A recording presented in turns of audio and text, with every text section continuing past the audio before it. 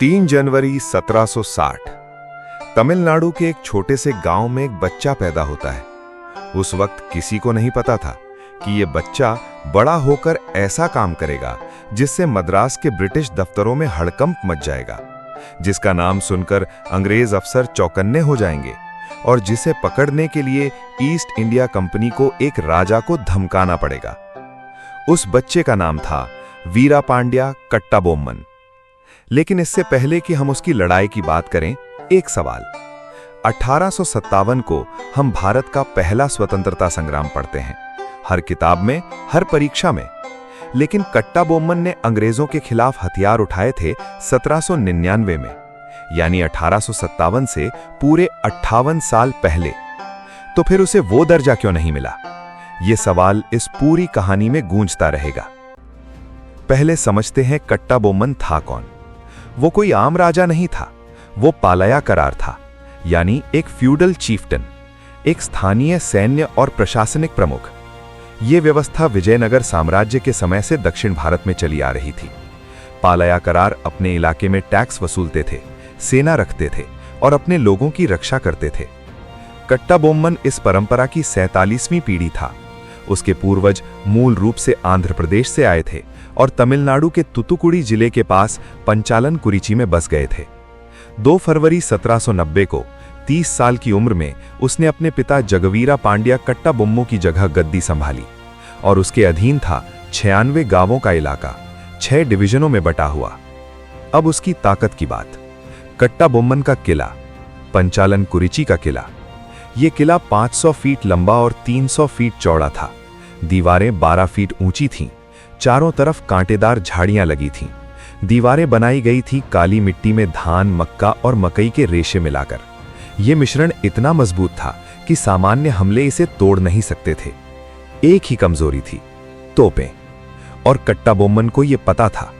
उसके पास 2 काबिल सेनापति थे, विल्लैया थेवन और सुंदरलिंगम, और एक मजबूत खुफिया तंत्र था।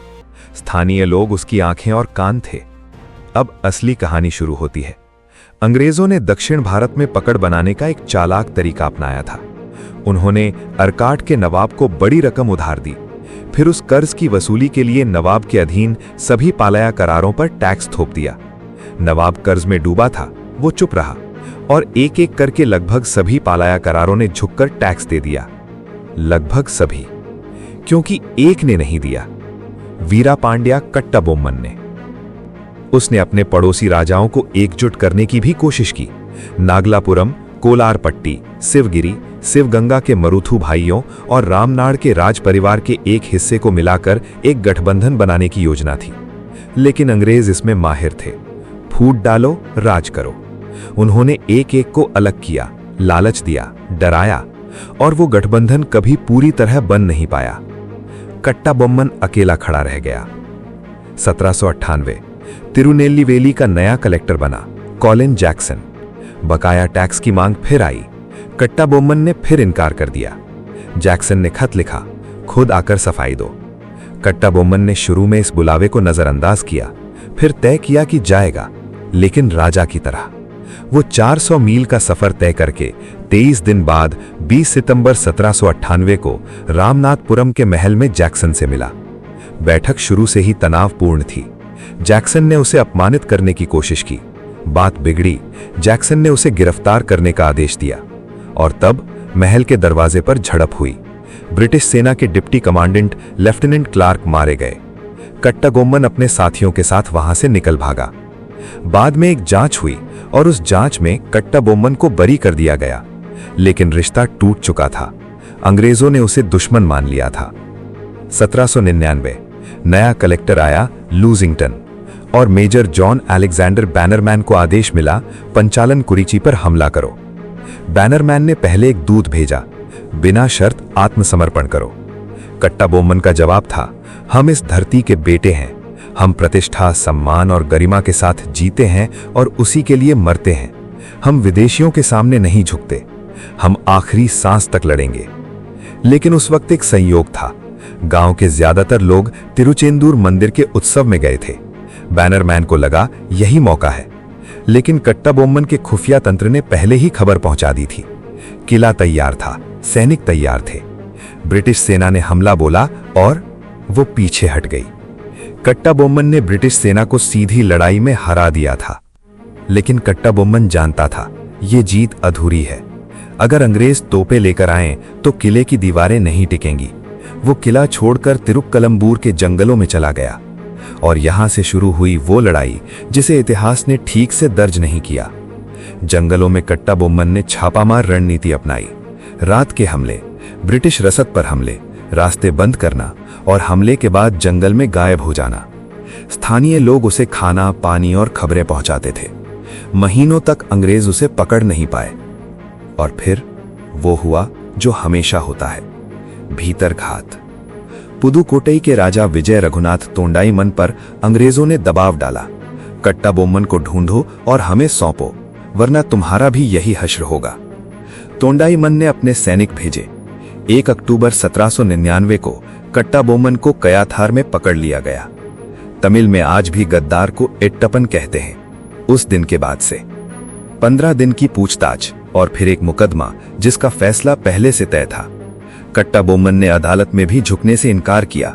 उसने अंग्रेजों की अवैध कब्जेदारी को सीधे चुनौती दी। उसने कहा, तुम्हारा इस जमीन पर कोई हक नहीं है। फैसला आया, फांसी। 16 अक्टूबर 1799 को कयाथार में एक इमली के पेड़ पर मेजर बानरमैन के आदेश पर वीरा पांड्या कट्टा बोम्मन को फांसी दे दी गई। उम्र थी 39 साल। लेकिन अंग्रेजों का काम वहां खत्म नहीं हुआ। उसके साथी सुब्रमण्या पिल्लई को भी फांसी दी गई और उनका सिर पंचालन कुरिची में एक भाले पर टांग दिया गया, डराने के लिए। एक और साथी सुंदर पांड्यन को दीवार पर सिर पटक कर मार दिया गया। कट्टा बोम्मन के भाई उमादुरई को जेल में डाल दिया गया। और पंचालन कुरिची का किला, वो किला जिसे कट्टा बोम्मन ने खुद बनवाया था, जमीन तक तोड़ दिया गया ताकि उसकी याद का कोई पत्थर न बचे। लेकिन इतिहास हमेशा ईंटों में नहीं होता।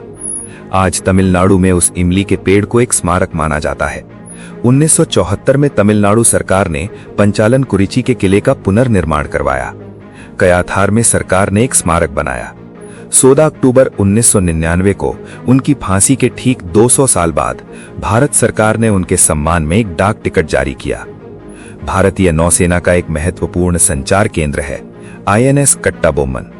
और 1959 में बनी तमिल फिल्म वीरा पांड्या कट्टा बोम्मन शिवाजी गणेशन अभिनीत 1960 के एफ्रो एशियन फिल्म फेस्टिवल में बेस्ट फिल्म, बेस्ट एक्टर और बेस्ट म्यूजिक डायरेक्टर तीनों अंतर्राष्ट्रीय पुरस्कार जीते। तो अब वापस उस सवाल पर। 1857 पहला स्वतंत्रता संग्राम। कट्टा बोम्मन ने 1799 में ब्रिटिश सेना को सीधी लड़ाई में हराया था।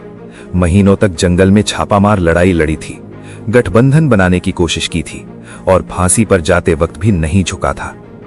ये सब 1857 से पूरे 58 साल पहले हुआ था। इतिहास की किताबों ने उसे स्थानीय झगड़ा कहकर छोड़ दिया, क्योंकि वो दक्षिण का था, क्योंकि वो तमिल बोलता था, क्योंकि जो इतिहास लिखते हैं वो हमेशा तय करते हैं कि किसे याद रखना है।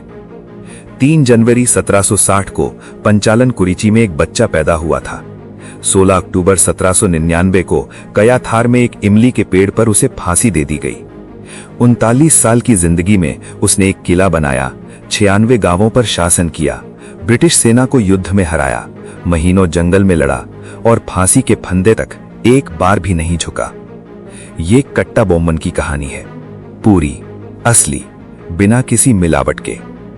अगर आपको लगता है कि ये कहानी और लोगों तक पहुंचनी चाहिए तो इसे शेयर करिए, क्योंकि जिन नामों को इतिहास ने जानबूझकर भुलाया उन्हें याद रखना हमारी जिम्मेदारी है।